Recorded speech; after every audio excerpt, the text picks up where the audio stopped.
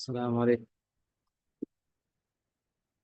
بسم الله الرحمن الرحيم. الحمد لله رب العالمين، والصلاة والسلام على سيدنا محمد وعلى آله وصحبه أجمعين.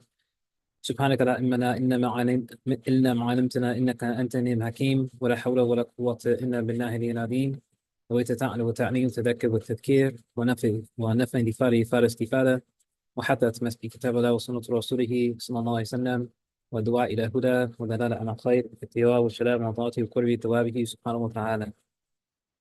اللهم علمنا بما ينفعنا وينفعنا بما تعلمنا، وزدنا من فضلك علما وتعليما، إنك على كل شيء قدير. السلام عليكم ورحمة الله وبركاته. Jazakallah khair for being with us tonight for our monthly Living Islam program. Inshallah, I pray that you are all doing well. We always like to give kind of like a brief introduction to Living Islam for anyone that may be new to Living Islam. So the Living Islam program, we do it on a monthly basis, and there is no set format, meaning that, for example, I don't have anything that is formally prepared. I'm not giving a talk, I'm not giving a dars. This is not a halakha, and I like to always mention that this is not even a Q&A.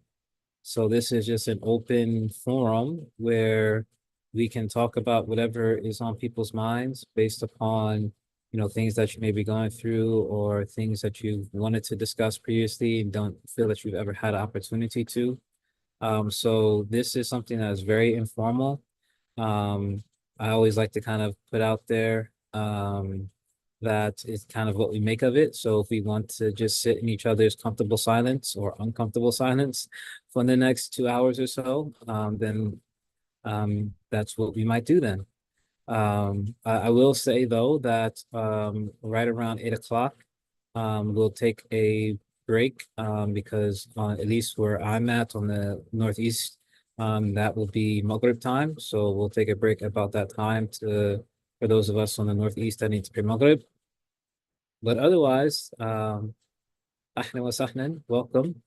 And I'm going to sip my strawberry watermelon drink and see how things go tonight, inshallah. Bismillah.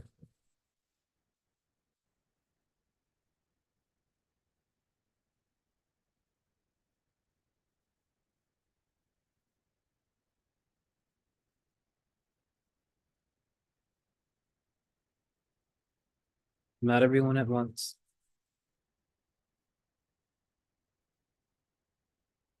And for those who are on the Zoom session, you don't have to, if you don't wish to, you don't have to write in the chat. You can just unmute yourselves, or if you prefer to write in the chat, that's also fine as well. Assalamu alaikum. I had a question. Mhm. I don't know if I've asked this before on the New Muslims program, but because I'm still, pretty much, learning the Arabic language and, translating and everything, especially with the Quran. When it comes to the prayers, right? I sometimes I'm feeling like they're not valid because I'm really not fluent at all, with the Arabic language. And I wanted to know and inquire, is it still heard? Is it still valid? Is it still, looked upon through Allah, although, some still may be English and some of it may be Arabic. I wasn't too sure about that because I'm still struggling with that. So, um, um, so when it comes to the aspect of the prayer, is that it is mentioned that the majority of position is that the prayer should be in the Arabic language. However, it's primarily from the standpoint of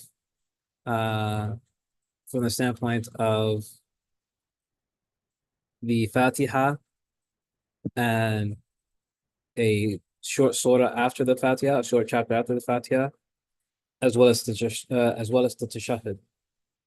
And so, as long as a person is praying their prayer, and they're striving to recite in a proper way, then that is the most important situation.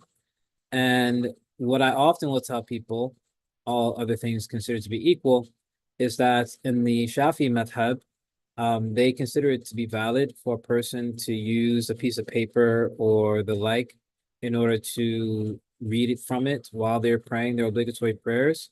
And so what I often suggest to people is that the portions of the prayer that are in that you have to recite, you can write those portions down on a piece of paper or the like, and you can read from it while while you're praying your prayer.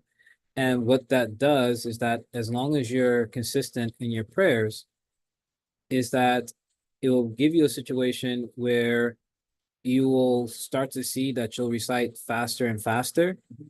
And then after a while, you'll start to need the paper less and less, to the point where eventually you have memorized all the sections of the prayer that you need to recite in Arabic without necessarily having to go through kind of like rote memorization. The other more ideal situation is that, in particular, from the standpoint of the recitation of the Quran, as well as the surahs after the Fatiha, is that a person would go to a teacher of tajweed. And there are many different options that a person could do. They can go in person, which is always considered to be ideal. However, even if a person couldn't go in person, there are places like Studio Arabia and others where a person can have someone listen to them recite the Quran and guide them to better their recitation. So you have those different options as well. However, from the standpoint of the prayer, is as one of my teachers would say, is that in general it's pretty hard. If a person is actually praying, it's pretty hard to make it a situation where we would say that no scholar would actually consider that prayer to be valid. I mean, it's not to say that it's not possible. Yes, there are situations where a person could possibly pray and the scholars would be unanimous that their prayer was not valid. But in general, if a person is praying and at least fulfilling the basics of the prayer, is that at least one of the four schools of law would more than likely consider that prayer to be valid. Did that help? Yes, it did very much. Thank you so much. No problem.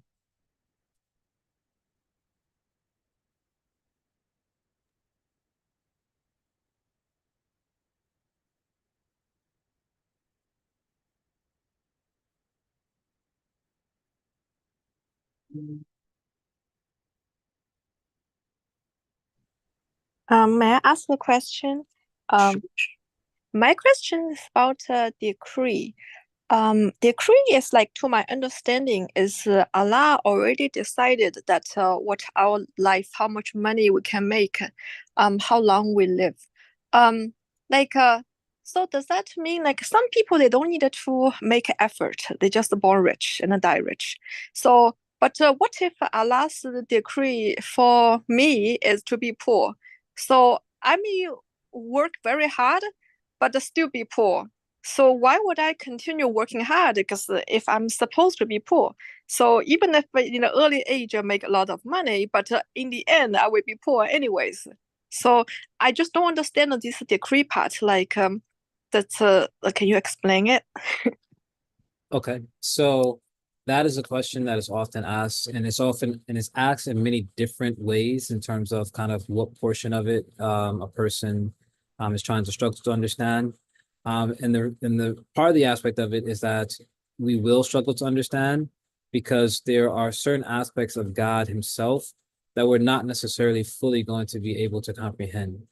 Just because the way that I will sometimes put it is that um, if you know, for example, that you're going to be around little children, then you know that there are going to be certain things that you're going to have to, if you have to explain certain things to them, you know that you're going to have to put it in a certain manner such that they can comprehend it, meaning that you're not necessarily going to be able to explain it to them in a fully adult fashion, so to speak, because you understand that their comprehension of things is limited. Similarly, if that is the example of just one human being to another, And it's merely more or less just based upon age and experience that we cannot necessarily expect for this young child to be able to grasp certain concepts and the like, then how much more so for the creation in relation to the creator, in the aspect of understanding all the details about Allah subhanahu wa ta'ala and how he has created the world. So that's one aspect to it, is that our mental understanding of Allah subhanahu wa ta'ala is going to be limited. However, in relation to what you're specifically asking about in terms of the aspect of qadr, and that Allah subhanahu wa ta'ala has determined. So for example, the Prophet Muhammad sallallahu alaihi wasallam, he mentions in a hadith where he mentions that when we are in the wombs of our mother, that an angel comes to us and he writes four things: بِكَتْبِ رِزْقِهِ وَأَجْرِهِ وَأَمَلِهِ وَشَقِيٌّ أَوْ سَعِيدٌ. That he writes down, the angel writes down that person's risk, his provisions, meaning as you are mentioning, what in this world he's going to get, whether he's going to have a lot of this world or a little of this world, and so on and so forth. Also, your lifespan is also written, your works, your deeds are written, as well as if you're going to be a person of hellfire or a person of paradise. However, the reality of that is that if I were to ask any of us here, does anyone know what their risk is supposed to be?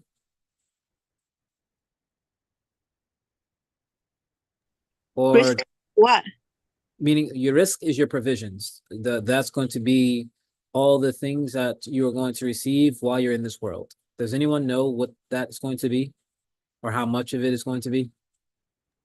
No. Anyone? Anyone know how long your life is going to be?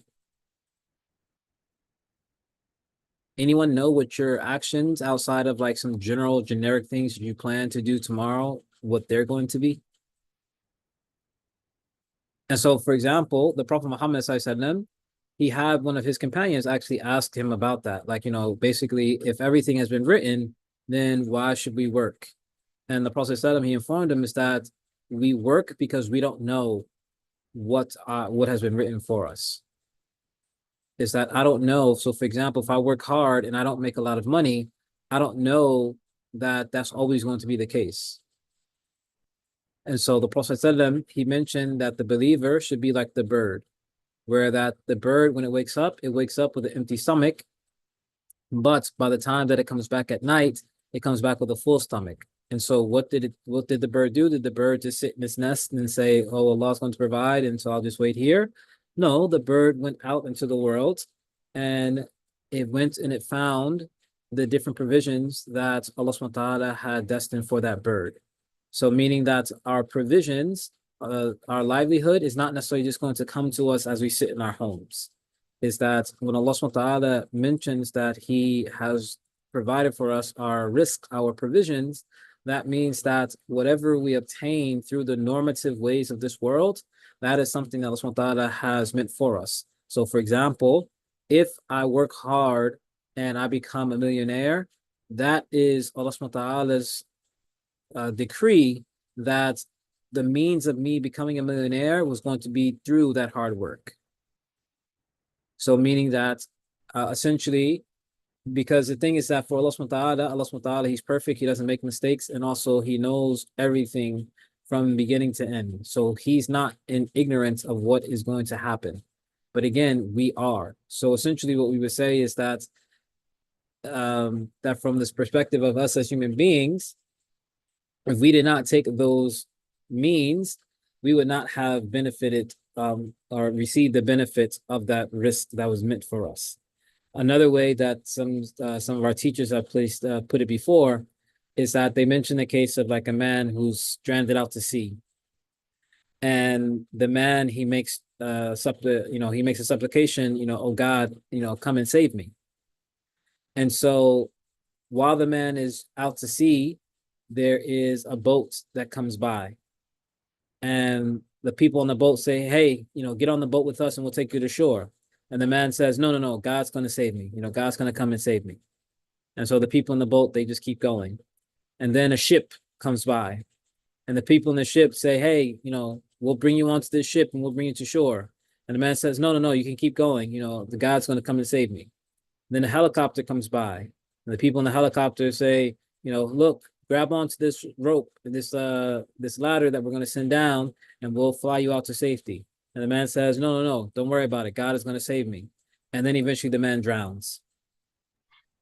And then the man comes on Yom Qiyamah, the man comes on the Day of Judgment, and he asks God, why didn't you save me? And God will reply to the man, I sent you a boat, I sent you a ship, and I sent you a helicopter. You didn't take any of them. Yes, that's what I was about to say, because that's the God is helping him. He didn't take advantage of that. But like in real life, I have two friends. Like in their lives, like they both were poor. Like they work hard, but throughout their life they were poor. And at one point, and I was in their life, each of them they made $100,000, like on the stock market. And then that they both acted the same way. They're being greedy. In the end, like they bet on the wrong stock, they lost it all. So that make me to think that their decree were meant to be poor. So they cannot change, no matter what they do, they cannot change their fate. So that's how I understand. So that's making me think, like, why would I work hard? Because I'm going to be poor in the end anyways. Like I work through hard. Yeah, so that's what make me, how I understand it. It's inspired me to understand the decree. So again, we don't know what the decree is. So that's the thing, is that we don't know what the decree is going to be. And so we work towards what it is that we're trying to accomplish in this life. However, there is a reality that, for example, there are people that Allah subhanahu wa ta'ala intentionally keeps poor because he knows that it's better for them. Like, for example, you have some people that, they're just not good with money. Like, for example, if you give these people, there's some people, like, if you give them $20, like, they're going to go and they're going to spend it on something completely foolish. So there are some people who Allah subhanahu wa ta'ala, he keeps in a state of poverty no matter what they do, because he knows that if he were to give them much in terms of money, it would just ruin them. Some people, they would become, very greedy, very miserly people. Some people, they would use that money for, very harmful things. And then what is the most detrimental to people at all, in ultimate reality, is that for some people, if Allah subhanahu wa ta'ala would give them certain things, they would actually go away from Allah. This is why, for example, Allah subhanahu wa ta'ala, he gives the example in Surah Al-Kahf in the Quran, where he mentions about the man who had the vast farmland, or the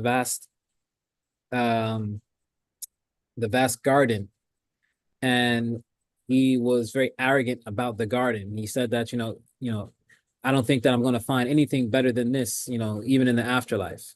And he became very haughty, very arrogant about it. And then what happened? Allah subhanahu wa ta'ala took away his garden to remind him that it didn't come from him, but it was something that Allah subhanahu wa ta'ala blessed him with. Meaning that for some people, they, if Allah subhanahu wa ta'ala does bless them with something, then they actually they become further away from Allah subhanahu wa ta'ala, because they start to think, oh, this is what I did. I'm the one that got this, and so on and so forth. And so, again, we don't know what the decree is for any one of us. And so this is why we work towards what it is that we're trying to obtain in this world. But we understand that the results of it is only going to be based upon what Allah subhanahu wa ta'ala has decreed for us. And so, yes, it could be a situation that a person works hard their whole life and they always are in a state of poverty. And you can have a situation where a person barely does anything in their life and they're always in a state of wealth. But the thing is that poverty and wealth don't really mean much in this world, because poverty and wealth in this world don't have any true reality. Because at the end of the day, even if a person is a millionaire or billionaire or a trillionaire, like if someone ever reached the trillion dollar mark, is that going to help them at all when they die? No, I'll give you when they die, but now, yes. Yeah. Now, like the poor people, like the two friends, like they become poor again. They have no, like, how to say, they don't have hope in life anymore. They both didn't want to work. Like they just feel like their whole life is struggling. Finally got money, then they lost it all. So they both are kind of like they are very depressed. They don't want to work. Yeah. So I think, yeah. So that's what I observe. Yeah, the thing is that those in those type of situations, we have empathy with people. You know, we don't wish for people to go through, you know, difficulties that they may be in, but some of these situations are times for us to reflect in terms of, you know, what is it that the money is really going to, you know, because the thing is that why do people oftentimes want money is because they are always in a state of wanting more and more of this world. And the thing is that having a lot of this world is not an indication of happiness because there are plenty of people who have millions of dollars and they're miserable. And so sometimes Allah subhanahu wa ta'ala, again, He'll restrict us from the wealth that we have because, for example, the Prophet ﷺ, he mentioned that to beware of the supplication of the oppressed. And part of the reason why he said that is because he mentioned that there is no veil between them and their Lord. Is that when a person reaches an absolute state of hopelessness, then the only one that they can truly rely upon is ultimately going to be God. Like if a person just comes to a point where they just come to a point where no one can help them, no one can assist them, then they only have the ability to call out to God and to rely upon God.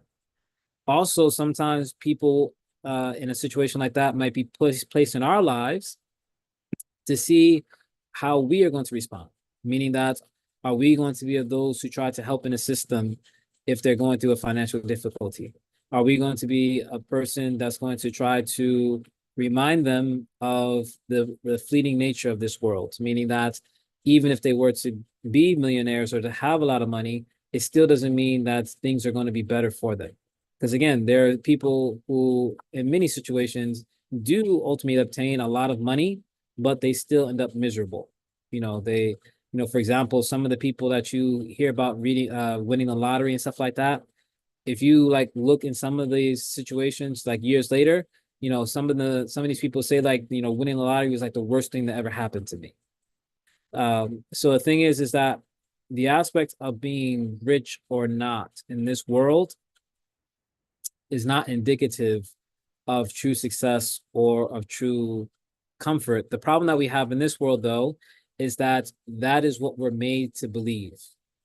That television, music, commercials, social media, all these different avenues in which we're always constantly engaging in, it makes us believe that our sense of happiness and our sense of self-worth is based upon the material things that we have. And that's why I was mentioning the aspect of like, when we die, because the reality of it is that even if I have $1 million, but I don't spend 999,000 of it, I actually don't have $1 million. Why? Because if anything that I have that I don't utilize, that means that it was not really mine in the first place, because when I die, someone else is going to have it. So that's why the scholars actually mention, like, if you have someone who's like a billionaire, like they have $1 billion just sitting in the bank, unless they actually utilize that money, that's not their money anyway. Yeah, they should donate it to the poor people who cannot pay rent. Yeah. I mean, there's many different things that could possibly be done with it, but it's not actually benefiting them, because if you don't utilize it, all that's going to happen is that when you die, someone else is going to inherit it or take it, or however the situation is going to go. And so sometimes we have to have that reminder of the very fleeting nature of this world. Imam Haddad, rahimahullah ta'ala, he wrote a poem in which he talks about the aspect of it. He mentions in certain lines of his poem, he's talking about this worldly life. He says, "Tafakkar fi fanaha," reflect upon its fleeting nature, or its ending nature. That essentially this worldly life, everything in it is going to be, is going to perish. It's going to come to an end. وَفِي كَثْرَةِ إِنَاهَا, and reflect upon the many tribulations and trials and difficulties that you're going to go through in this life. that, all the different things that you go through in this life, all these different difficulties, how much of them do you actually have to go through? Meaning that constantly you're going to be going through this, as soon as you kind of overcome one obstacle, there's another one that it seems always to be right around the corner. And then he says, وَفِي قَلَتْ غِنَاهَا, and reflect upon the little bits of actual praiseworthy things in this world. Now, you can look at this, or you can think about this from a more spiritual aspect, but even if you want to think about it from a more worldly aspect, is that how many things are really truly worth having? For example, they've done studies, and I'm sure they've probably may have updated the study before, but they've done studies in terms of our inclination to order things and to have things delivered to our homes nowadays. And they've actually done studies where they've measured like people's happiness and excitement. And they've actually found that for a significant portion of people, they are more excited and more happy about a package coming to them than they are about the actual package itself. Meaning that they get more excited about the package, arriving, coming, than they are when they actually get the package itself. Like in some situations, and I mean, I know I've done this before, and so I'm assuming other people have done as well, is that sometimes you might be so excited to get something, and then by the time that you get it, you may not even open the thing. Or you may open it, look at it, and then it just sits in some room in your house, for some amount of time before you decide, oh, yeah, I did get this. So the thing is that, Imam Haddad is mentioning is that many of the things that we covet in this world are really not worth it. They don't have any true benefit. But again, we live in a world where happiness is equated with material gain, material wealth. If you look at the life of the Prophet Muhammad sallallahu the Prophet sallallahu, he lived a very simple lifestyle, even though he could have lived a wealthy lifestyle, but he lived a very simple lifestyle.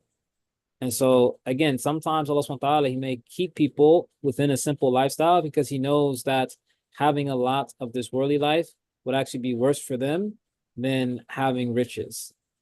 Imam, I Mhm. totally agree with you. I agree with you that most people no, I agree with you a lot of things that you said, even this part. But I just feel like my whole life, like right now, I'm basically just every day thinking about making money to pay off my rent, like my bills. It's a lot, but that's not what make me happy. Like what I'm doing, just the whole process to make money to pay off the bill doesn't make me happy. I just feel like this is not what I want. I want to travel. I don't want to own things, to have a house, to pay the or like to pay the rent. I just feel like this is not what I'm intended to live like. But I don't know how to get out of this because everything costs. So that's what make me. I don't think I totally agree. Money doesn't make people happy. If you have excessive wealth, you should give away because it's not so really useful. But in our case, that we need like just every day we need to pay rent, pay the bills. Without working, we cannot support ourselves. So therefore, like say, I think the money to me, like I just realized how important money is because when I was younger, like my dad, he supported me, so I never feel that it's important. But now I'm like living by myself. I'm paying for everything. I'm also helping one of this friend I just mentioned to you about. So I just feel I don't know how to get out of this. So actually, what you're describing is what's Robert Kiyosaki. He's the author of Rich Dad Poor Dad. What he I read, describes he describes it as the rat race. yeah, yes, So the thing is that yes, that is the reality for many people. Imam Ghazali, one of the great imams of Islam, one of the things that he recommends in terms of like kind of spiritually getting ourselves out of the rat race is to really divorce ourselves from the want of things in this world. Meaning that not to say that we don't take care of our financial obligations that we may have, but it's just the situation of not bringing on more things that will place us in debt. And so basically, trying to get to a point where our focus is Allah, so that we have less and less concern about other things that will cause us to need to, have to pay for it.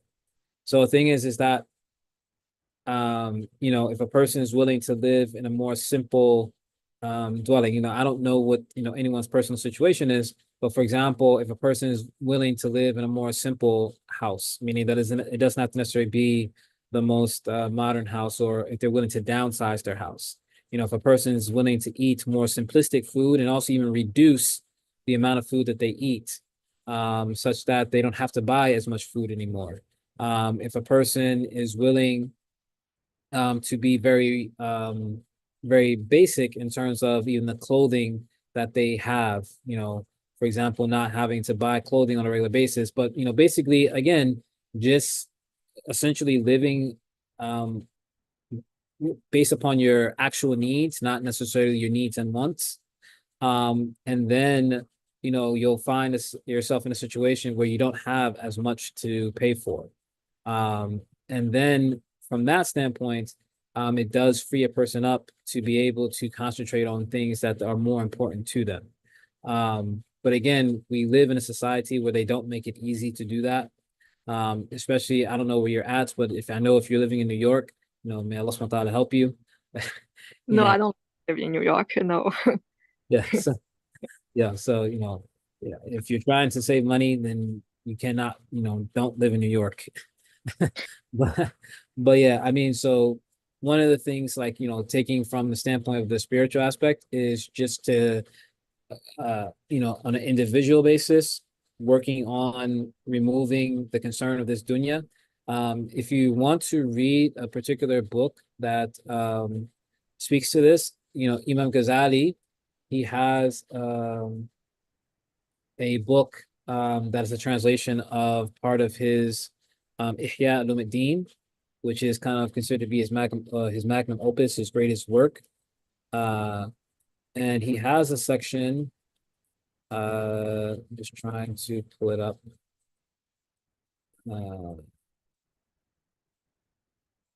Yes, so he has a section that has been translated as the censure of this world.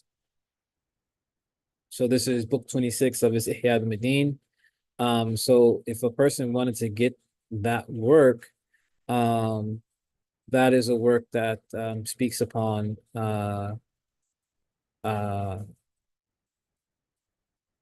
so, like, just looking at, like, just reading, like, the basic introduction, it mentions that this section of Ihya Ulumuddin seeks to persuade its readers of the folly of worldly pleasures and possessions.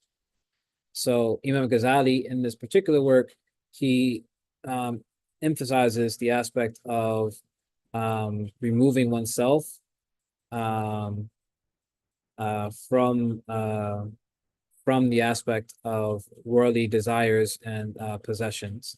So if a person wanted to, they can read that work as well, from Imam Ghazali, in relation to that. But again, living in America, yes, it's not easy, because everything costs. But at the same time, what a person can do is that even if you're trying to live just, within your means and just living with the basics, is that when you do go to work in order to provide for yourself a living, if you make a righteous intention, then everything that you do at work can be turned into a form of worship, such that you're getting good deeds that'll last forever every time that you're at work. And in this way, it will be a situation that, inshallah, Allah subhanahu wa ta'ala may place contentment and can place happiness in a person's heart. Because reality of contentment and happiness, that is something that Allah subhanahu wa ta'ala blesses people with. And so if a person is going about providing for their family or for themselves, and they make the intention that, oh Allah, I'm doing this in order to fulfill my obligation to provide for myself or to provide for my family, and so that I will not be a burden on other people, then every moment that they spend at work will now become an act of worship. And Allah subhanahu wa ta'ala may very well place contentment in your heart with whatever it is that he may have decreed that you will have. But again, that work from Imam Ghazali is a good work to kind of be a reminder of the foolishness of this life in terms of like coveting it. But also it's an encouragement to take the steps necessary to kind of reduce one's consumption. And that also plays into the aspect of being healthy for the environment, is that if we can reduce our consumption footprint in the world, then it actually benefits the world in its entirety. You know, so for example, no one says that I have to be sitting here in front of a MacBook computer. You know, I don't necessarily have to get a MacBook. I could have got something cheaper or whatever the case may be.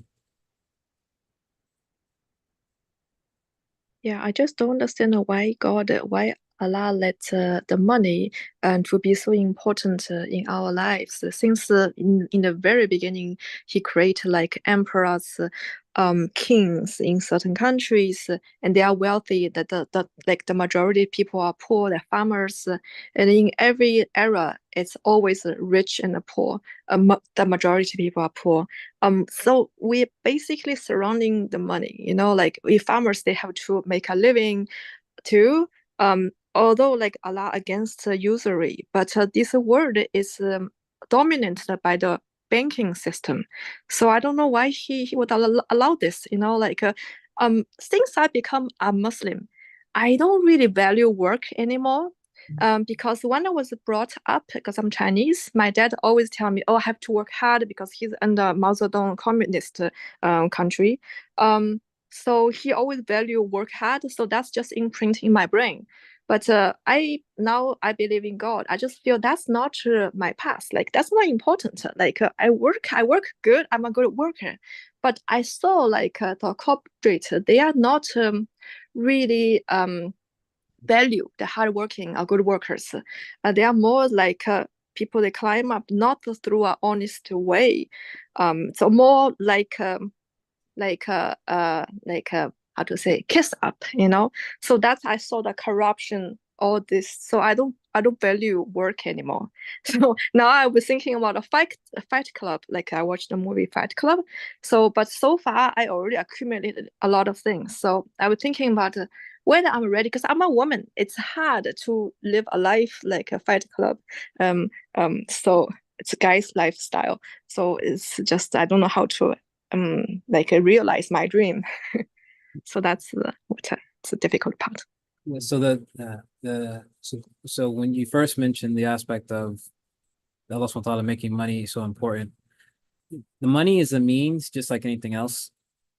It's something that it's a necessary aspect of life in terms of how we go about our daily transactions. But Allah subhanahu wa ta'ala, what he's done is that he's legislated how that should be done. And the thing is that just because Allah subhanahu wa ta'ala allows for something to happen doesn't mean that he's pleased with it. So money is a test, and it's one of the biggest tests, because money is something that oftentimes will corrupt people. You know, I used to work in corporate America, so I know very well the corruption that takes place amongst people when it comes to the aspect of money.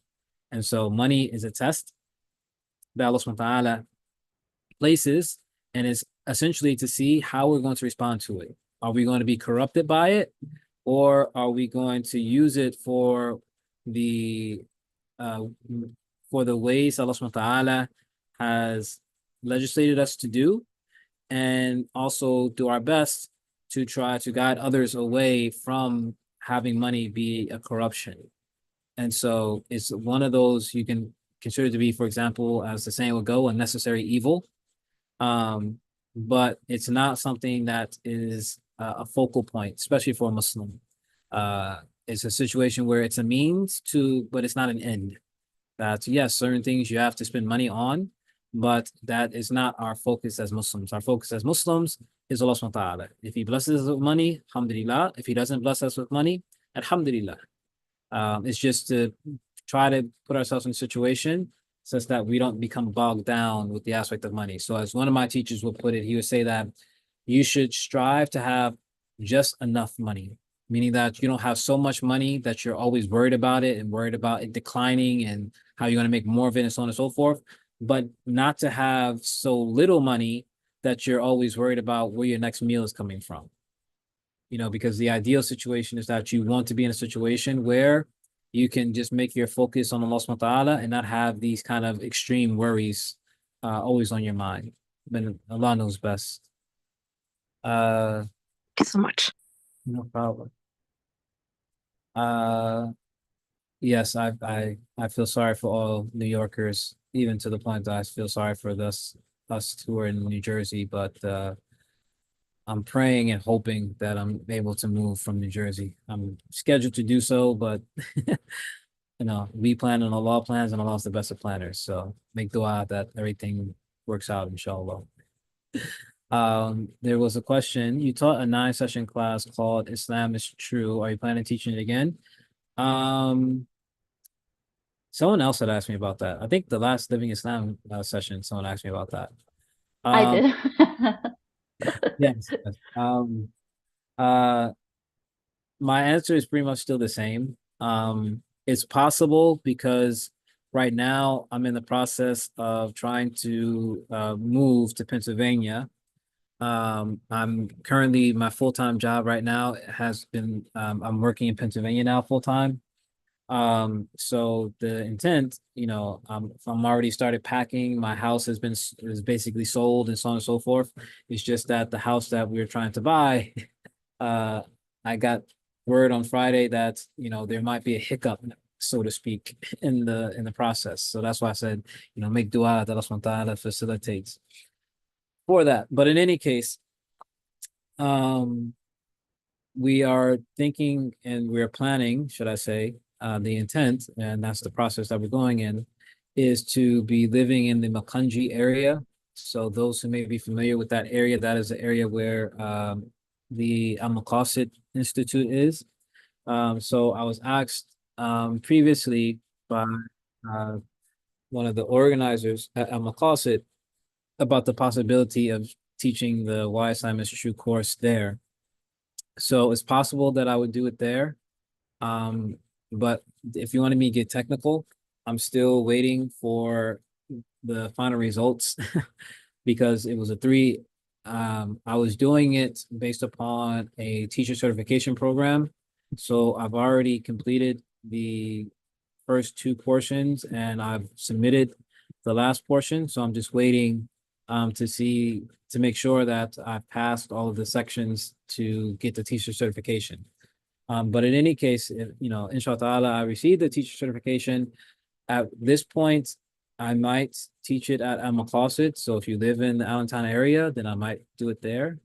But in terms of like doing it as like an online course, like I mentioned in the last Living Islam, I'm probably going to take a little bit of a break. It's just that I got a few things going on right now. Like the reason why I'm working in Pennsylvania is because right now I've switched to be the director of Muslim student life at Lehigh University. So I have to see how that goes. Because there's, you know, more than likely my schedule as of the next 2 weeks. My schedule within the next 2 weeks is going to start to get really busy. So I have to kind of see how I'm going to be able to balance my time there. I also have some things going on in my personal family life that's taking up more of my time and will probably take up a good amount more of my time as time goes on. So I have to see how that goes. I'm also doing the programs that I do at the Mecca Center and so on and other things. There's a few things going on in my life right now. So that's why I said I'll probably take a break a little bit. And then at some point in time, inshallah, in the near future, I probably would offer it online. But I did say that if I did offer it again online, it would probably be some cost to it. I wouldn't try to make it like overly burdensome for anyone. But I would put a cost to it because it is a significant commitment to do it. However, anyone that is interested in that program, you don't necessarily have to wait for me to do it. This is a program that was done by Sheikh Hamza Karamali. So he has a whole website and a YouTube channel and things like that of the Why Islam is True course. So if you want to actually take the program, for one, you could take enough of the program that is absolutely free to get like a strong basis of the aspect of why Islam is true. As well as if you want, you can also, pay a small price, it's not really expensive, to actually take the full course itself. And it's actually interactive course because part of my training was that I had to also participate in the Why Islam is True full course. And so, like I said, it's an interactive course as well. And then you can actually, every 2 weeks or so, you can sit in on a live session with Sheikh Hamza Karmali to ask him questions directly. So there are other options. Like I said, me personally teaching it, yes, inshallah, sometime in the near future, I would love to teach it again, but I just can't tell you when that's going to be.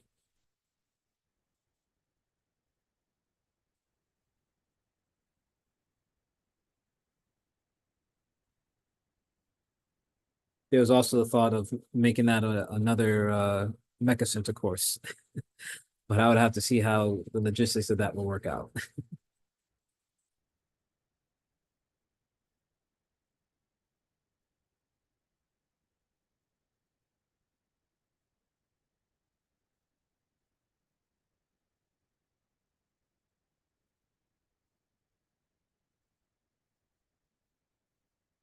Am I not going to teach you? In what sense? Oh, I just heard that just you said you're not going to teach us, like, and then you said that you may not have time or something. So I just wonder, is that you mean us?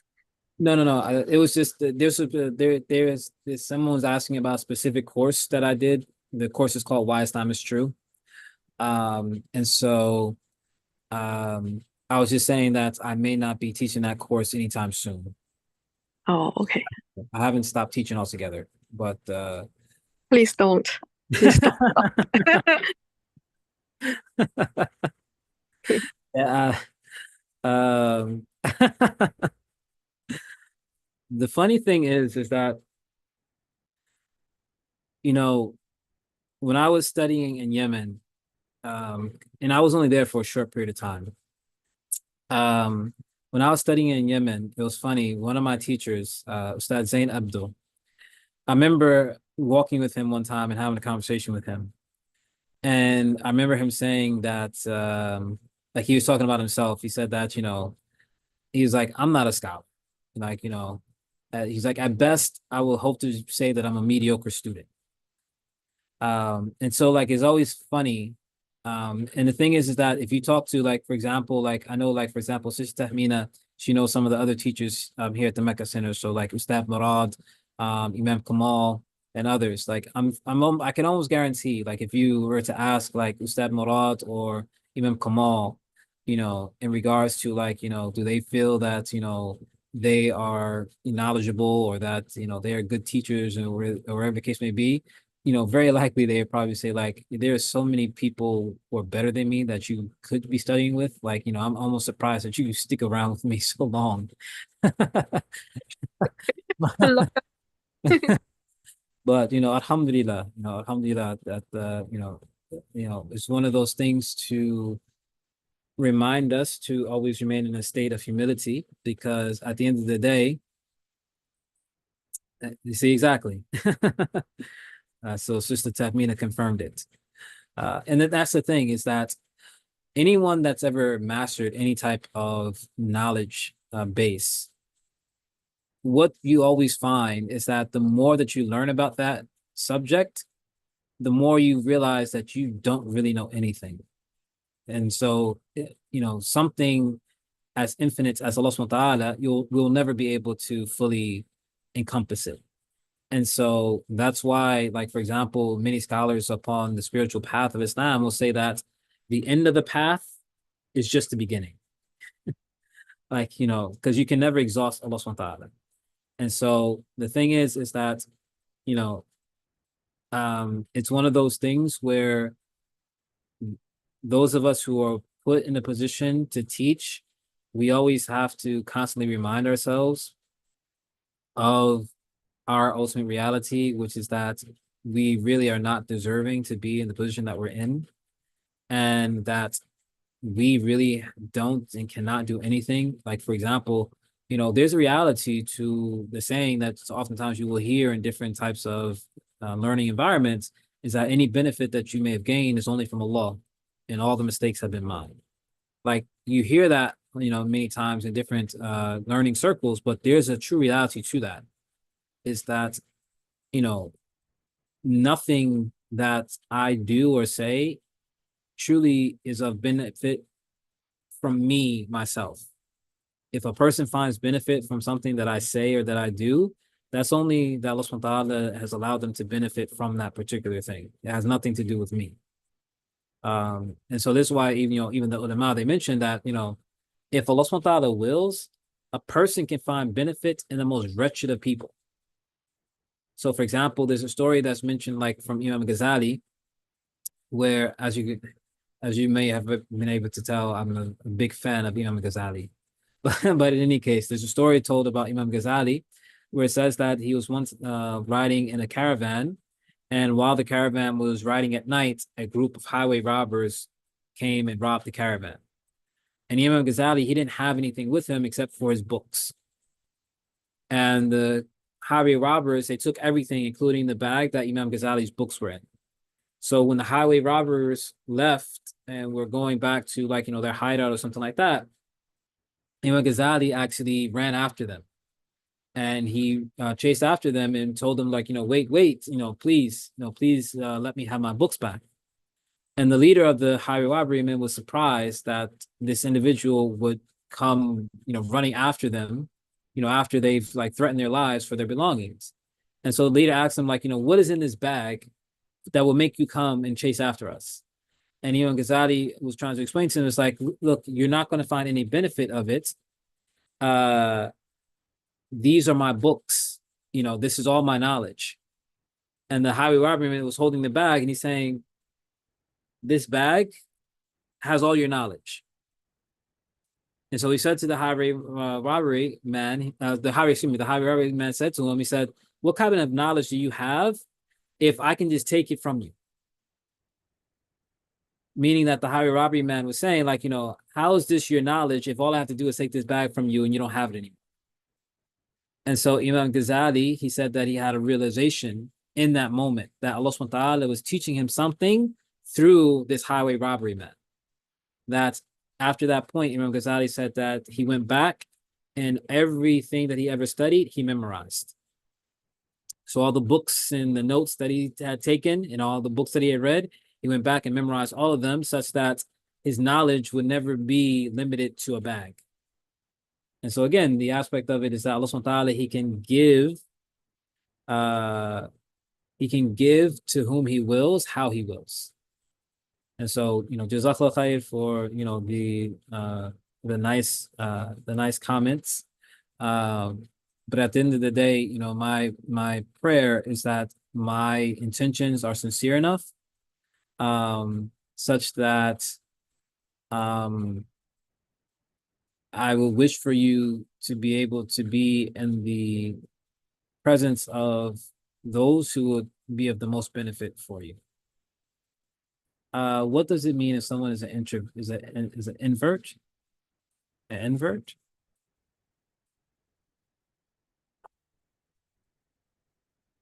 Is it introvert or invert? It was written as invert.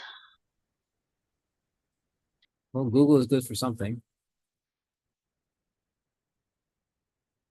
Inverted, it means to put something in its opposite direction, but I'm not sure if that's if that's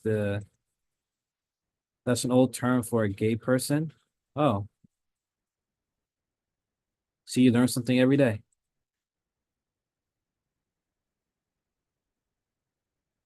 So I guess because invert, like if something is inverted, it's in its wrong position.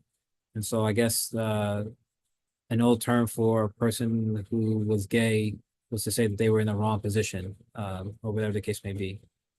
Yeah, sexual inversion. They're in the opposite way that they uh from that perspective. Okay.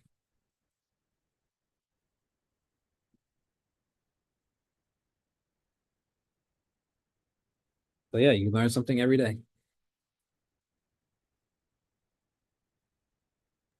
Ustad, Brother Brian also had a question. Where was it? Is Martin Ling's bio of the Prophet Sallallahu Alaihi Wasallam sound? It's probably one of the better English bios of the Prophet ﷺ, but it has a number of mistakes in it. Martin Ling's had some viewpoints that are not necessarily considered to be mainstream Sunni viewpoints. So there are a number of mistakes in it. However, it's one of the better biographies in terms of its flow. So it's a biography that's easy to read. And so you can get a general picture of the life of the Prophet Muhammad ﷺ by reading Martin Ling's, but you can't take everything as being 100% factual. So I believe Hamza Yusuf, it may be available free online, but Hamza Yusuf actually went through the Martin Ling's book and mentioned some of the areas that needed to be corrected. I believe at one point it was on YouTube. It may still be on YouTube or something like that. But if you can access Hamza Yusuf's going over that book, that'll probably be a better situation so that you can know where some of these mistakes are. But for example, I've read that book more than once.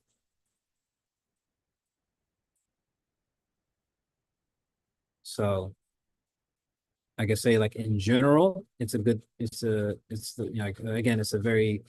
one of the better books in terms of the easiness of reading, and the enjoyability of the reading. But again, it's not yeah, Jazakallah khair. But it's not free of mistakes.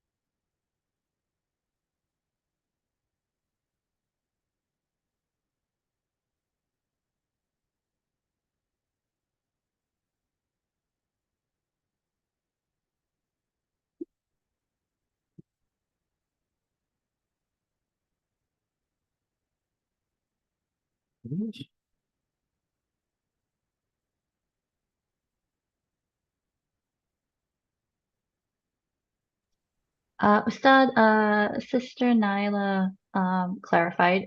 She meant revert. Oh, revert. Okay. Yes, if you could clarify what that is. So revert, that's just kind of like a more modern term. When I say modern, I'm talking about like within the last 20 years or so. At least that's kind of like when I've started to hear it. I'm sure people have been using it longer than that.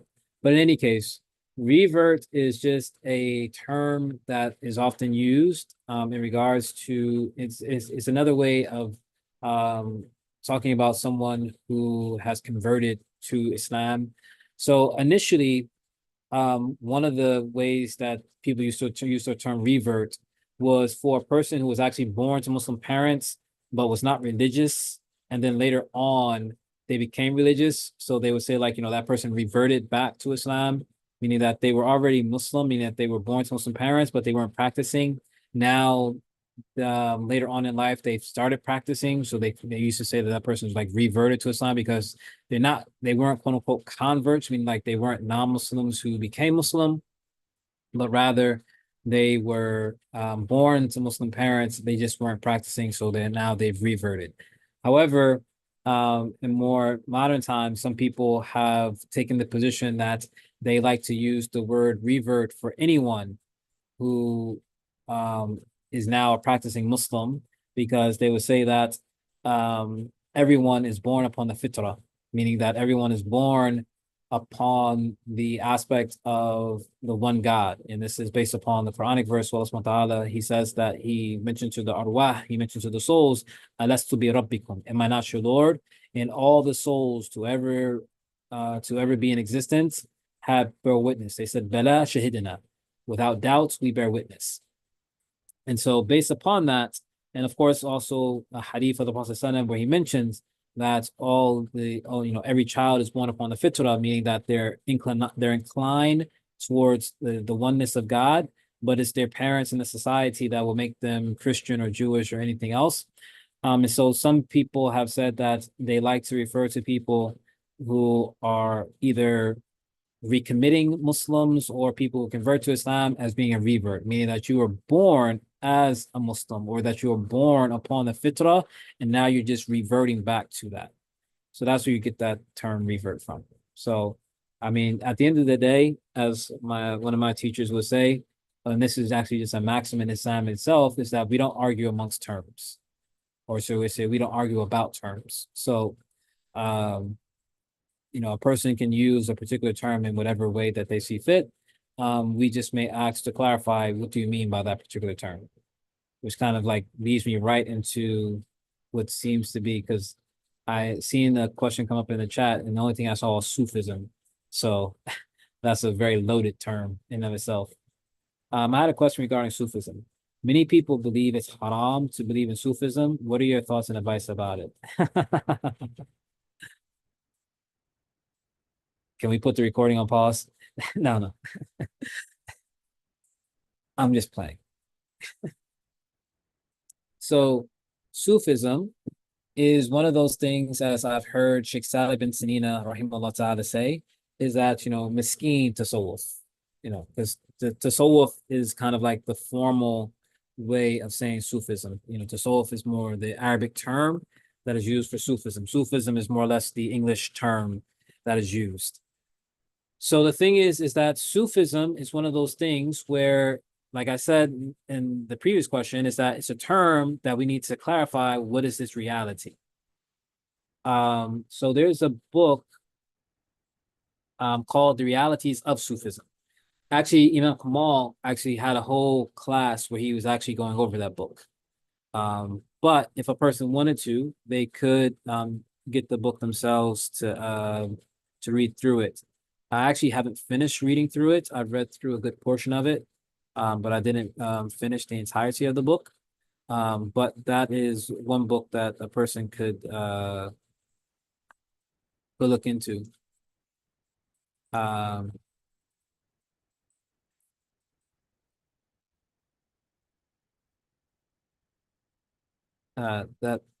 one book that a person could look into. But in terms of answering the question, so depending on who you talk to, there's going to be different interpretations of what Sufism actually is. So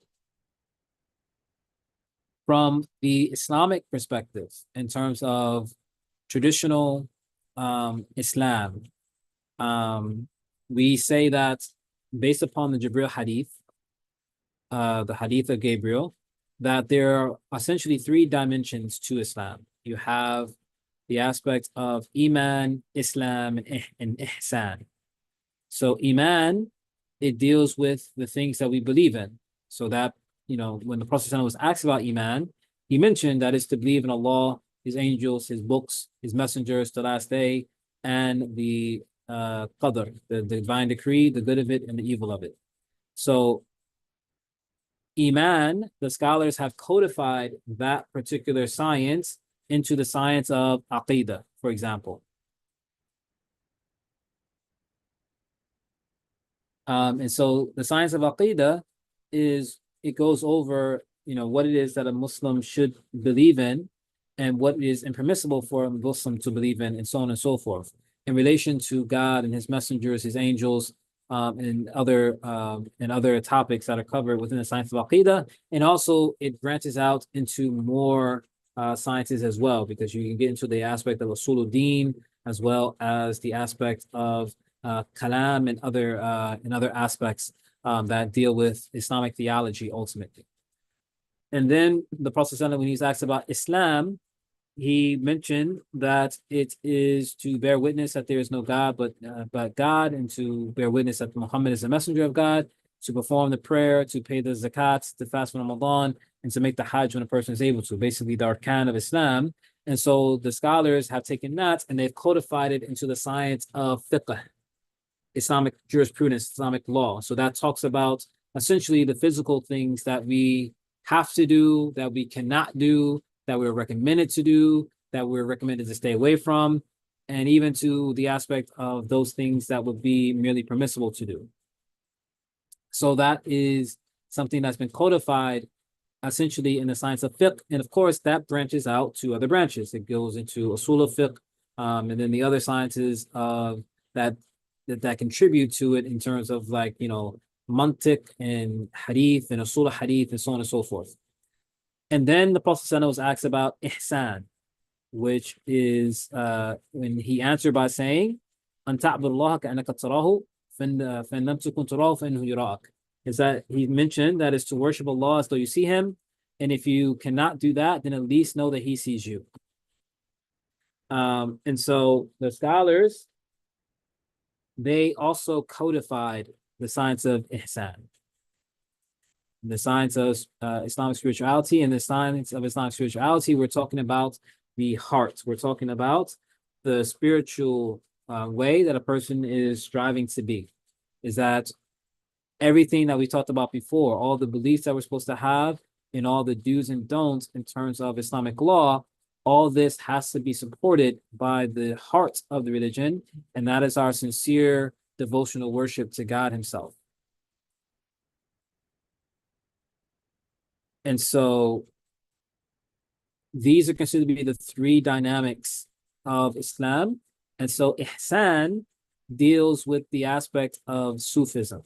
So the scholars of Islamic spirituality, they codified certain aspects of the science of ihsan, and it's been labeled different things. It's been referred to as fiqh al-batin, meaning inward jurisprudence. It's been labeled as tazkiyah, meaning purification, and this is the term that Allah subhanahu wa ta'ala uses in the Quran, for example. Like, for example, Allah subhanahu wa ta'ala says, قَدْ أَفْلَحَ مَنْ زَكَّاهَا وَقَدْ خَابَ مَنْ دَسَّاهَا. Successful is the one that purifies it, and ruin is the one that defiles it. And Allah subhanahu wa ta'ala uses zakah. He uses the root of tazkiyah. It's also been referred to as so you have like fiqh al-batin, tazkiyah, in other terms. One of the other terms that have been used to describe the codification of the science of ihsan is Sufism. Or that's, like I said, that's more or less the English translation of the term tasawwuf, which is the Arabic. And so that's all well and good, right? I don't think anyone, no matter who they are, would disagree in regards to that reality, because, for example, the Hadith Jibril is a hadith that is considered to be sahih, and it's on a high level of authentication in terms of its level of being sahih. Now, having said that, though, just like with any other religious science, throughout history, people have done things in the name of Sufism or the name of Tasawwuf that have completely gone off the deep end. And so, for example, in our times today, you have people who identify themselves as being Sufis, but they're not Muslim. Or they'll say that they're Sufis, but they do all types of things that are haram, or that would be truly classified as being a bid'ah, or they would do things that are on the verge of shirk, if not actually shirk, so on and so forth. So the thing is that because you have so many people throughout history that have done things that have been deemed to be extreme, and then also you have some scholars early on, particularly the likes of someone like Ibn Taymiyyah, who was very critical about certain scholars who were well-known Sufis or well-known scholars of the Tasawwuf.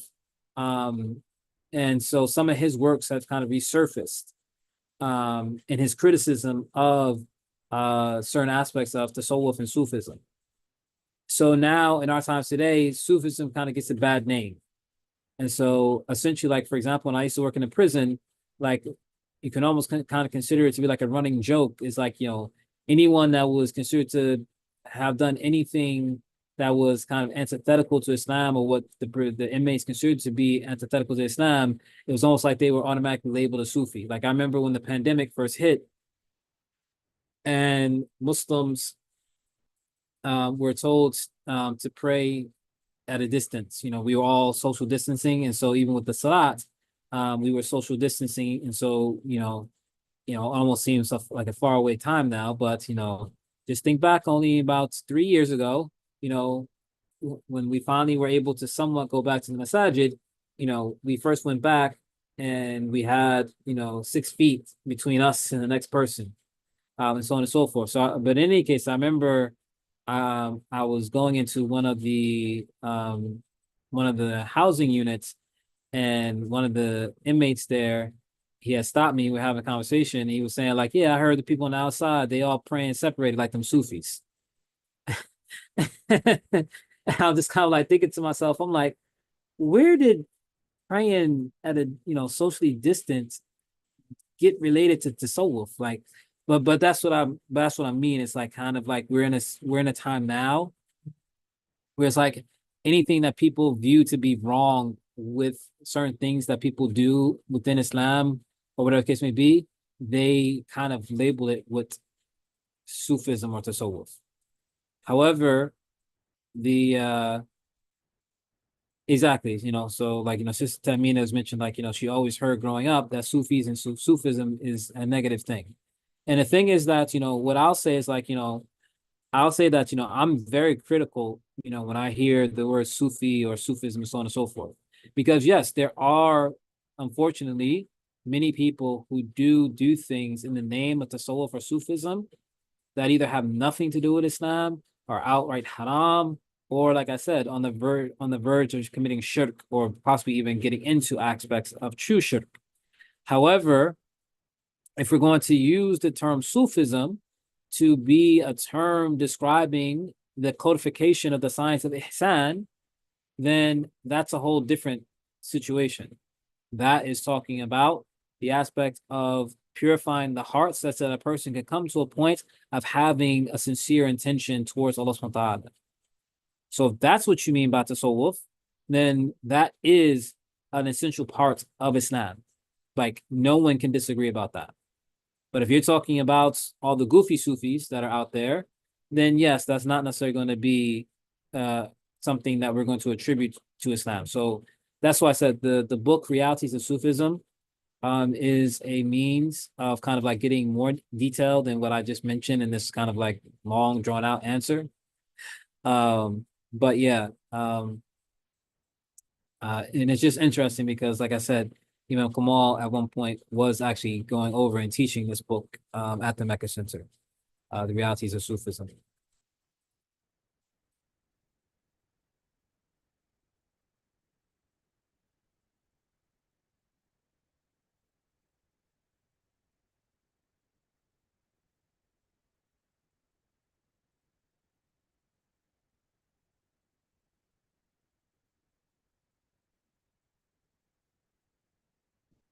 So in short, we could say, don't necessarily throw the baby out with the bathwater. If you're talking about Sufism in terms of purification of the heart, that is part and parcel with Islam. If you're talking about other things in terms of like and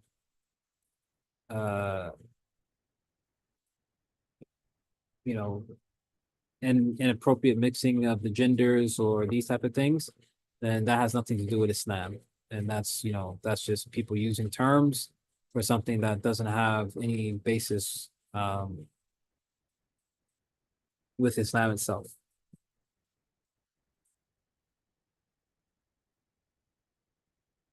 Oh yes, Imam Amin also had I forgot about that. He's a YouTube series for the book Realities of Sufism as well. Jazakallah khair.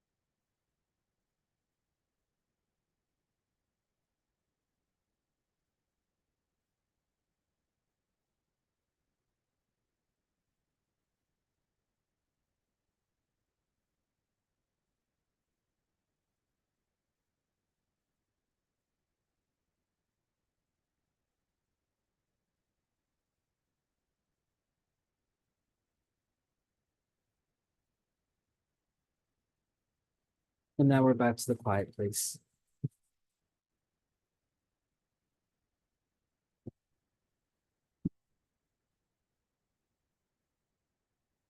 I'm still here. I'm just I'm going to refresh my watermelon strawberry drink.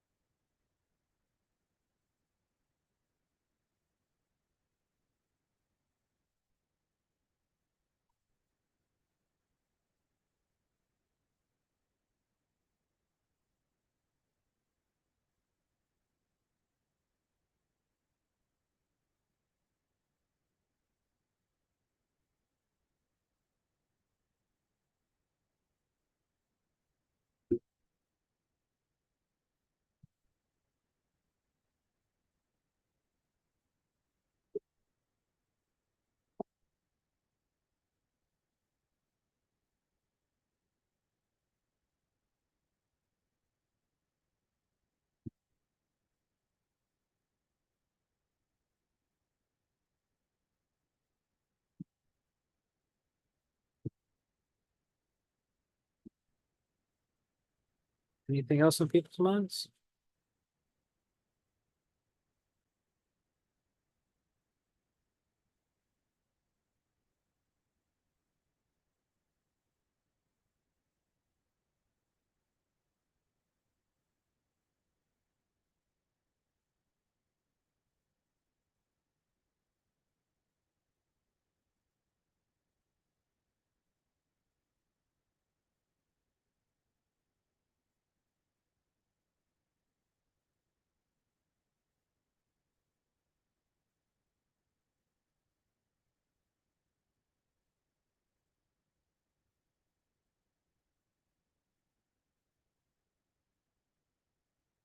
Can Islamic women go swimming in public pools? Um, so the thing about public pools is that it's not necessarily the aspect of just going and having a proper attire to wear. There's also the aspect of what you're likely to see there. And I kind of smiled a little bit when I first saw the question, because like I'm in this kind of dilemma myself. The house that we're hoping to get at this point, we'll find out on Monday whether or not we can, inshallah, continue the to the close. But in any case, the house that we're, intending to try to finish purchasing, it's in a complex that actually does have a pool. And I'm kind of like debating to myself, like, am I actually going to try to utilize this pool or not? Because, for example, as a Muslim, I can put on attire that will make sure that my aura, my nakedness is properly covered. However, I can't control what other people around me wear. And so, if you were to ask different scholars about this particular question, you would very well have, probably many scholars that would say no, just because of the level of um, inappropriateness that's going to be around these areas. So like I was saying, like my debate about myself about, if I'm going to actually try to utilize the pool or not is based upon, my thought process that, if I did try to utilize the pool, I would try to go at a time where other people were not likely to be there. Like, so for example, like when it first opens up, um, and basically whenever more people start to come that are going to be inappropriately dressed, then I'll just leave. But that is one of the main issues about going to public pools. If you can make it a situation that, for example, because I know that there are still some pools that will allow for times where it's just women. If you can try to arrange to go to a pool like that, that's going to be a little bit better. But even then, it still can be undesirous because, again, you may be exposed to other women's nakedness, so even though it's other women, it's still not a permissible thing to be looking or having to have yourselves look at other uh people who are inappropriately dressed, particularly when they have that much of their aura, that much of their nakedness being exposed. So yeah, so again, this is a situation where it's going to be somewhat equal for men and women. It's just that for women, the other aspect of it is having appropriate swimming attire, which nowadays they have what's called the burkini, which is essentially a more modest swimming attire. And even with the burkini, some scholars are not necessarily fully comfortable with the burkini because they mentioned that, for example, the material is such that, and this is just with any material in general, is that when it gets wet, what happens? It sticks to the skin. So the water causes the clothing material to become heavy, and it causes it to stick to the skin more, or it's just already going to be kind of like tightly fitting, in and of itself. And so, there's a lot of different aspects of it to take in consideration. The most ideal situation is that you can find, and then, you have Muslim communities who will do this sometimes, is that they will actually rent out a public pool to have particular swimming times specifically for women and another swimming time specifically for men. And also that they're going to be Muslim men and Muslim women that are going to be there so that the people will be more appropriately dressed.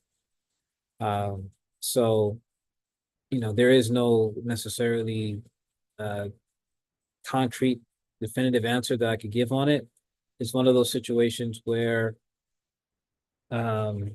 it's just not a really ideal situation. And so, like, for example, even one of my teachers, his recommendation for young kids is that you go ahead and hurry up and teach your kids at a young age how to swim, because swimming is a sunnah practice. It's a sunnah to know how to swim, so that they don't have to be exposed to, again, the inappropriate dressing that is naturally going to be there around most, if not all, public swimming pools.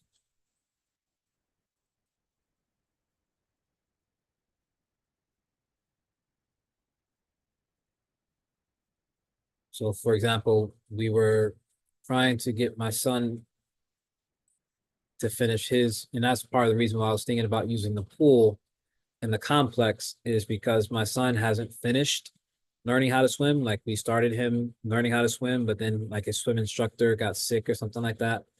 And so I was thinking and my wife doesn't necessarily know how to swim.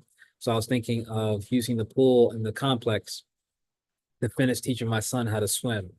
But again, I don't know if I want to necessarily go there myself.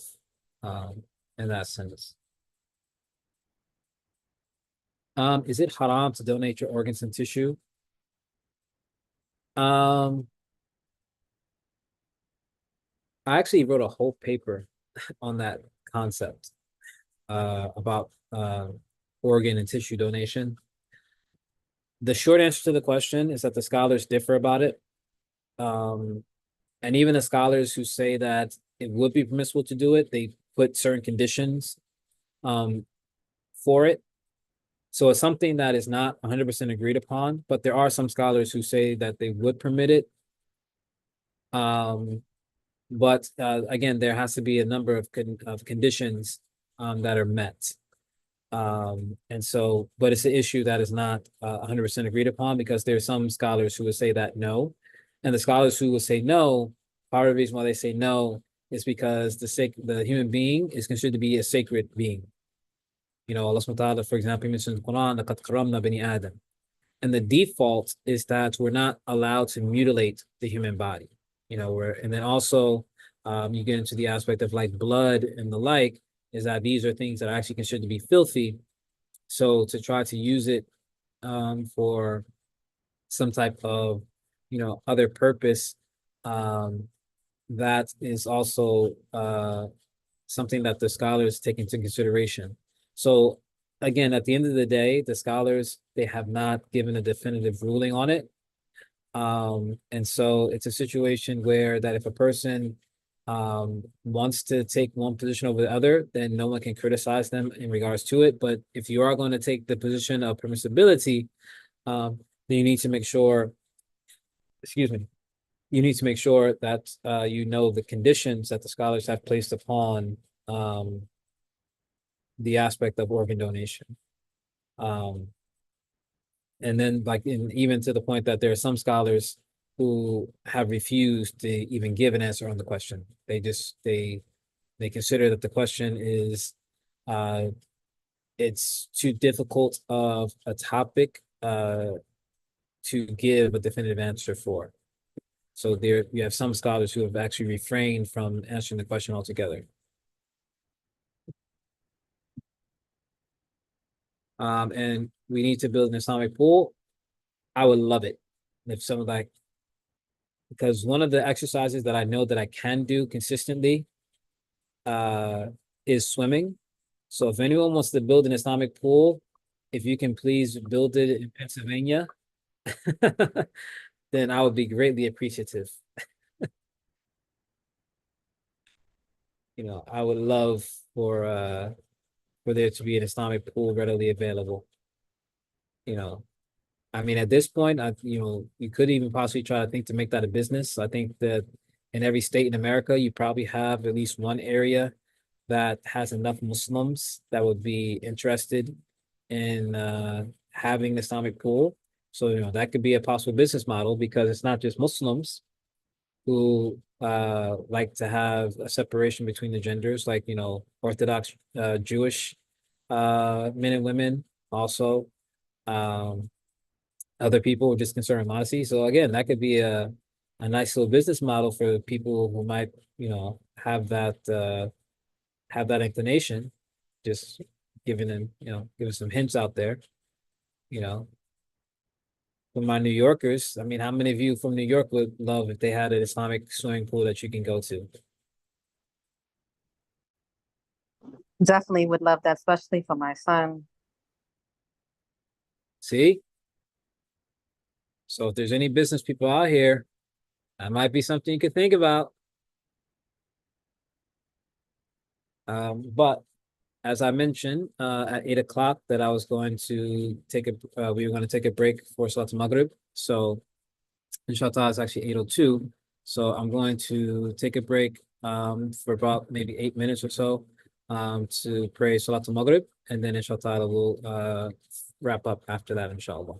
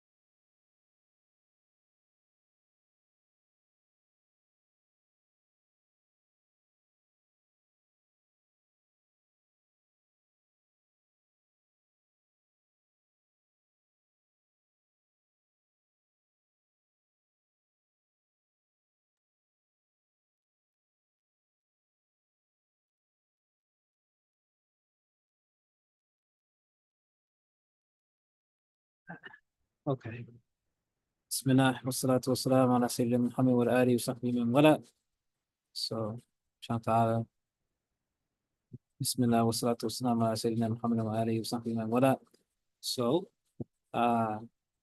inshallah, for those who had to pray the salat, may Allah subhanahu wa ta'ala accept your prayers, and may Allah subhanahu wa ta'ala make it that we remain people of the salat, that Allah subhanahu wa ta'ala never separates us from our obligatory prayers, and also, inshallah, our sunnahs, and all of the things that would continuously draw us near to Him.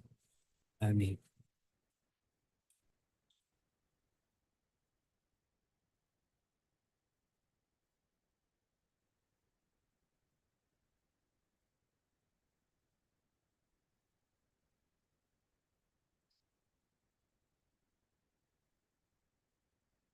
So anything else on anyone's mind?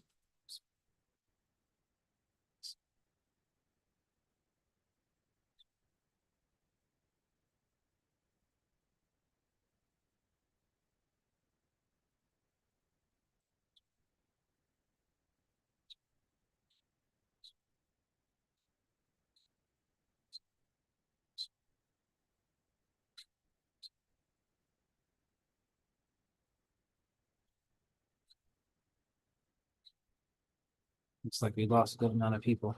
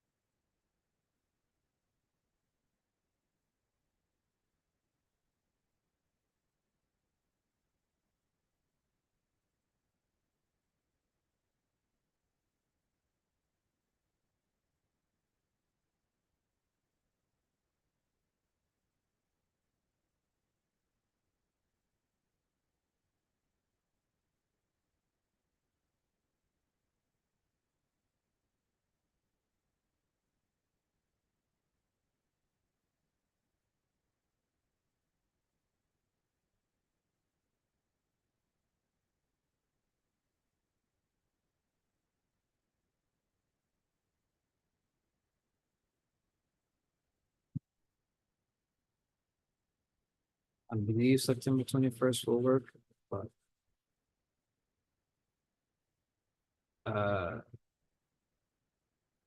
yeesh. It actually may not work depending on when they want me to be at the school, but I I've never been one to really rely upon using a calendar and stuff like that. You know, usually I'll be able to just mentally remember the meetings and stuff that I had to have. And in the 2 months that I've been working for the university, or almost 3 months, 2.5 months, you could say, working for the university, I gotta like constantly look at this thing because I'm just there's like too many meetings that I gotta remember. Ustadh, we have a question on YouTube from Sister Naila. It says, I have a question of burial rites. I'm in my family. I'm not sure how to go about putting something in writing. I'm alone and I don't have a particular, I think she meant mosque that I go to. How do I find out who I can go to discuss such matters? In a situation like that, I would suggest two things. One is to make a will and have it notarized. And the reason why that is because for the most part,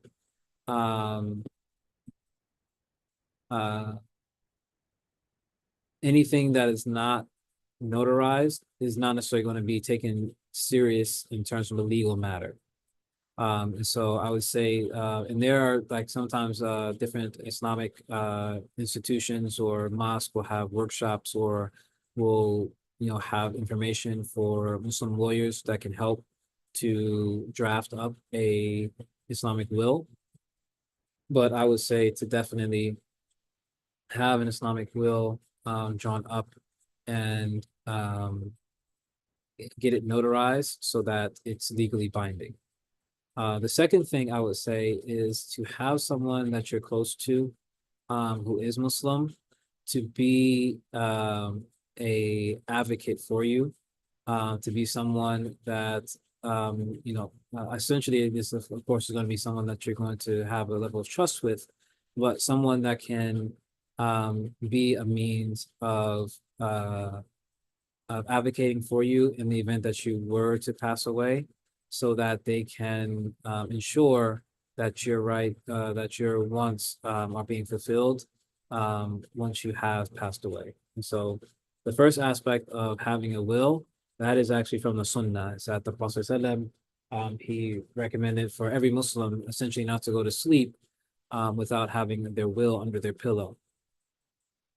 And then trying to see if you can have someone that you trust to be an advocate for you, so that someone who is that you'll be leaving behind in this world, that they can still be advocating for you once you've passed on to the next life. And so those would be the two things that I would highly suggest doing. If you don't have a friend, there are some masjids that you can align yourself with, that they can assist in acting on your behalf. But essentially, the ideal situation is to have the living will, such that that will be legally binding, in case it gets to that point, but also having someone personal who can go about trying to fulfill your wishes for when Allah subhanahu wa ta'ala may call you back. So may Allah subhanahu wa ta'ala preserve you. How's influenced my parents to accept Islam? I prayed, but so far in vain. Is there a trick? The thing is there is no trick. The thing is that Allah subhanahu wa ta'ala, He is the one that guides people to Islam. Allah subhanahu wa ta'ala, in the Jummah khutbah, oftentimes we hear the Imam, he'll say oftentimes the famous verses from the Quran, من يهد الله فلا مضل له ومن يضلل فلا هادي له, or whoever Allah subhanahu wa ta'ala guides, there's no one that can misguide them. And whoever Allah subhanahu wa ta'ala allows to go astray, there's no one that can guide them. And so the greatest thing that a person can do in terms of wanting for a family member to become Muslim, especially a family member like a parent, is again a twofold thing. One is to show them Islam through your interactions with them. Not tell them about Islam, but show them about Islam. So usually what I mention to people is that by a person becoming Muslim, the treatment of their parents should be greatly increased, because Islam highly emphasizes the aspect of birr walidain, of goodness to the parents. And this is irrespective of whether they're Muslim or not, but the mere fact that they're your parents is that Islam encourages that you have excellent treatment towards them. So show them that excellent treatment. That you should do as much as you possibly can to show them good treatment. And if they ever ask about it, like, if they find that, your treatment has changed in terms of the positive, you can reference that, well, this is what, Islam informs us of in terms of our parents, is that we should treat our parents with kindness. Sheikh Ramin Mansour, he actually wrote a book.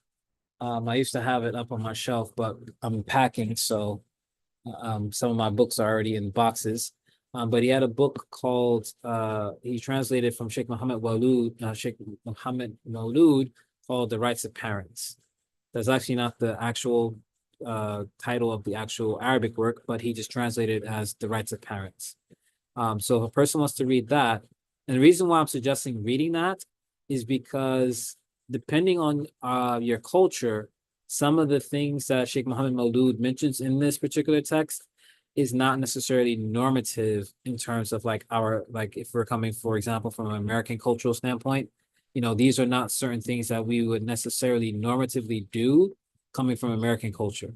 So for example, Sheikh Muhammad Maulud, like he mentions that, for example, if you're with your parents and they stand up, is that you should stand up as well. And that you should never walk in front of your parents, that you should always walk behind them, and that you actually shouldn't even walk side by side with them, that you should walk behind them unless they tell you otherwise. And that that you should always speak to them, as he mentions it in the Arabic text, qawlan layyina, that you should always speak to them in a very in a very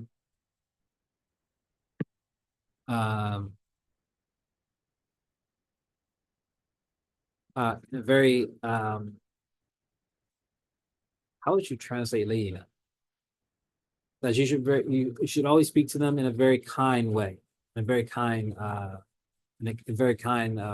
voice, in a kind way, and so on and so forth. So a person can get that work. They actually used to have a class on Seeker's Guidance based upon that book. I don't think they have it anymore.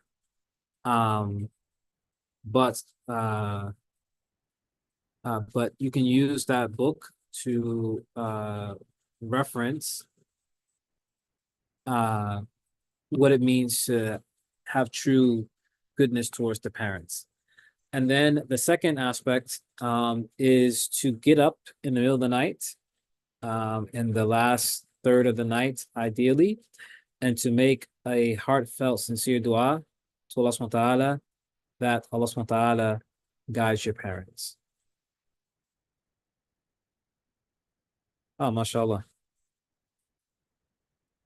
Oh, they still have the class on Seeker's Guidance for the rest of parents? Yes, it's by Imam Yama. I can't say his last name, Niazi. Okay, so alhamdulillah. So yeah, so you have that as well. So you have the class option as well with Seeker's Guidance. But the other aspect, and the most important aspect, is to make dua to Allah subhanahu wa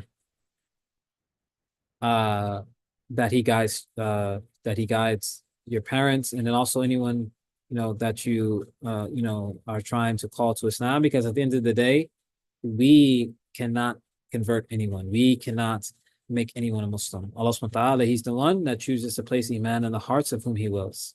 And so this is why the most important thing is to make dua to Allah subhanahu wa ta'ala that he guides people. And then from the standpoint of us personally, is that this is where things become difficult, because we have to be people of sabr. We have to be people of patience.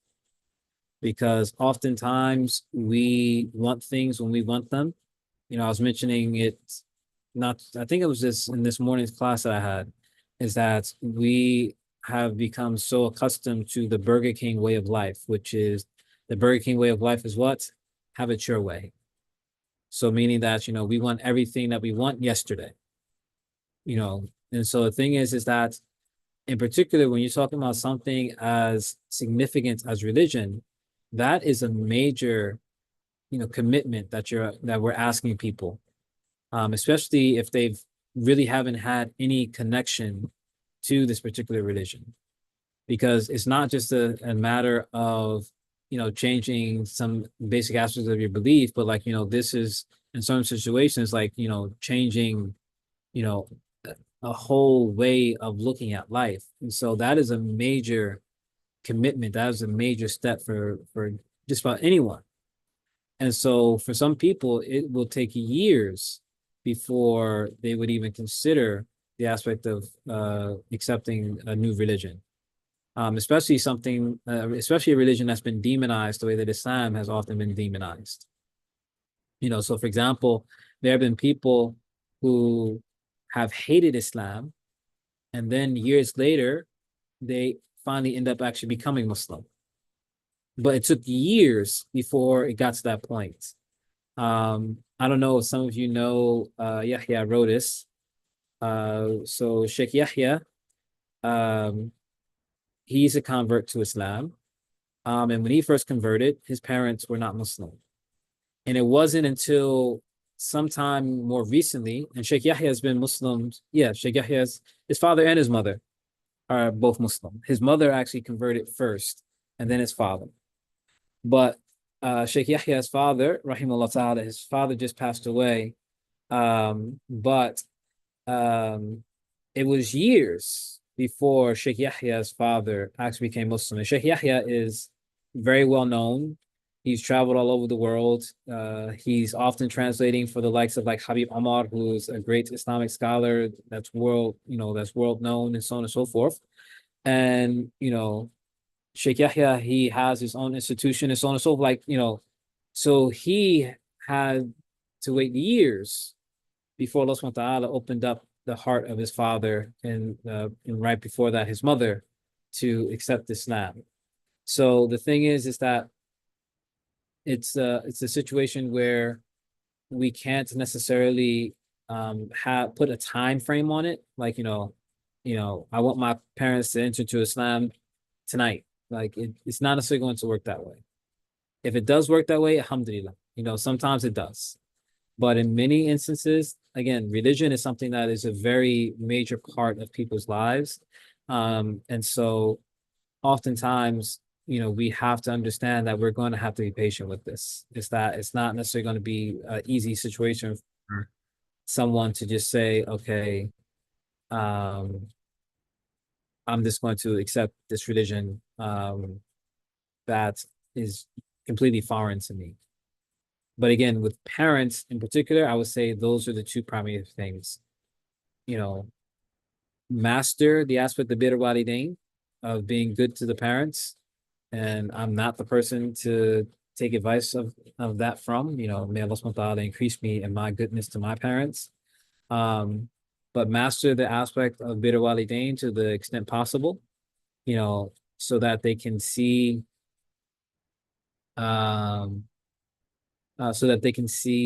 the beauty of Islam through your character. But then most importantly, make dua to Allah subhanahu wa ta'ala that He guides your parents. And just remember that with all of this, we're going to have patience, because Allah subhanahu wa ta'ala, He will answer our du'as in the time frame that He sees fit.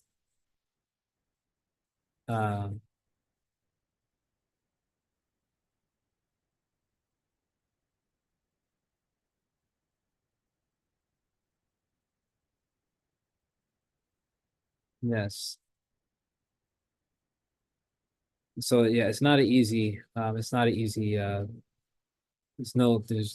as a question I mentioned, like there's no trick to it. It's Allah subhanahu wa ta'ala, He determines who He's going to guide. There's another question, and this will probably be the last question for the night. You mentioned a book about the jurisprudence of the law, I think. Can you tell me the name of a good book? I mentioned was that tonight that I mentioned a book of jurisprudence? I'm not sure. I can't recall. Because I don't remember mentioning the book of jurisprudence. I remember mentioning the book of Imam Ghazali in terms of renunciation of the world from his translation of Ihya. I remember mentioning the Realities of Sufism book. If Sister Naila can give me more clarification, I'll try to remember what book that was. but I don't think I mentioned any book specifically on jurisprudence. I mentioned the book The Right of Parents from Sheikh Muhammad Maulud that Sidi Rami Nassour translated, Sheikh Rami Nassour translated. And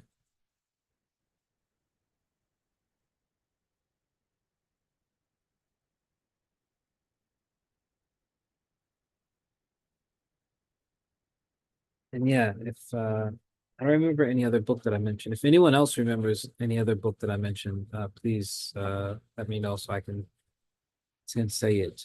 But those are the only books that I remember mentioning. And again, I don't remember mentioning any books of jurisprudence. However, in general, with jurisprudence, there's not one book that you would recommend. Jurisprudence is something that you would study in a systematic fashion. So typically what would happen is that first you would either decide or will be decided for you to study one of the four Sunni schools of law. So whether that be Maliki, Hanafi, Shafi, or Hanbali. And then you would go about formally studying those particular schools of law. So if you're going to be studying in the Shafi madhab, for example, then, for example, you might start with a book like Risalat Jamia, then you would study a book like Safinat Najah, then you might study a book like Muqaddimah Hadramiya, then you might study a book like Yaqut Nafis, then you might study a book like Umdat Salik, then you might study a book like Minhaj al-Talibin, but in between those, you would be looking, depending if you're trying to be Talib al-Ilm, then you'll be looking at the different shuruh, the different commentaries on those books. You also might cover other books that are specific to one particular topic. So, for example, you might cover a book specific on nikah or specifically on rules associated with like bay', meaning buying and selling, and so on and so forth. And so that's how you would more or less do it in terms of jurisprudence, is that it's not one book that you would necessarily have. You would study a whole series of books with a qualified teacher. And as you go along, of course, you're going to be gaining more and more knowledge in the subject matter. And then depending on what it is that you're, trying to accomplish, you may go on, for example, if you're trying to be a true Talib al-Ilm, a true student of knowledge, then you might go on to do Iftah, which is essentially the apprenticeship where you study with an actual mufti, learning how to be qualified to issue fatwas within one of the four schools of law. So that's kind of the trajectory if a person is trying to get an understanding of jurisprudence. Now, if you're just looking to cover your basic follow the ayn, your basic personally obligatory knowledge that you need to know, then again, you would still start out with one of the four schools of law, and then you would study a basic book that will cover the basic chapters of that. So, for example, in the Shafi School of Law, if a person wanted to get their basics in terms of follow the ayn as well as some fard kifaya, meaning personal obligatory as well as communal obligatory knowledge, that covers kind of like the aspects of not just personal worship, meaning ibadah, but also covers corporal worship, meaning those things that involve the people, meaning mu'amalat, so we're talking about buying and selling, marriage, divorce, hunting, governance, stuff like that. Then in the Shafi method, they can study something like Matin Abi Shuja', which will go over all those different chapters in a very systematic, succinct way, such that you wouldn't necessarily call that person a scholar per se, but they would be a person, if the person mastered that book, for example, then they would have a firm foundation in terms of their basic fard ayn, and their basic personal obligatory knowledge, as well as some of the fard kifaya knowledge, the communal obligatory knowledge, the knowledge that not every person that's a Muslim has to know, but someone in the community does. So I don't know if that answered the question whatsoever, but in terms of, again, in terms of jurisprudence, there's not one book that you would study per se. But again, if a person is just trying to learn the basics of their personal obligatory knowledge, then just about every school of law has like one book that will go over the basic principles within that school, such that a person can have a good basis in terms of the knowledge that they need to know to be able to live out their Islam from the standpoint of making sure they fulfill the obligations and avoid the prohibitions. I just gave the example from the Shafi Madhab because I'm the most familiar with the Shafi Madhab.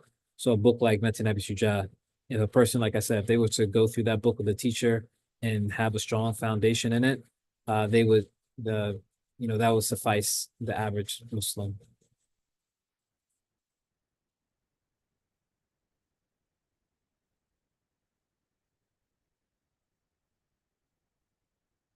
Yeah, there's there's many books. But again, if you wanted to have, a firm foundation in the Shafi Madhab, then I would say study Matan Abi Shuja with a teacher, and you would have a good, if you understand it properly and you had a good teacher, you would have a good foundation in terms of Shafi fiqh.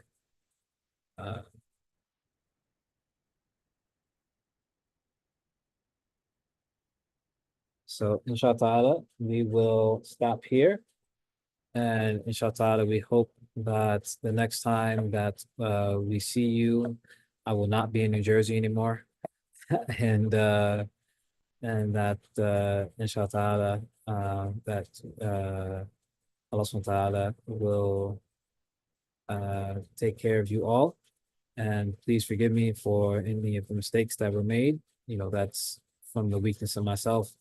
And any benefit that was gained was only from Allah subhanahu wa ta'ala, and I have no portion to take in that.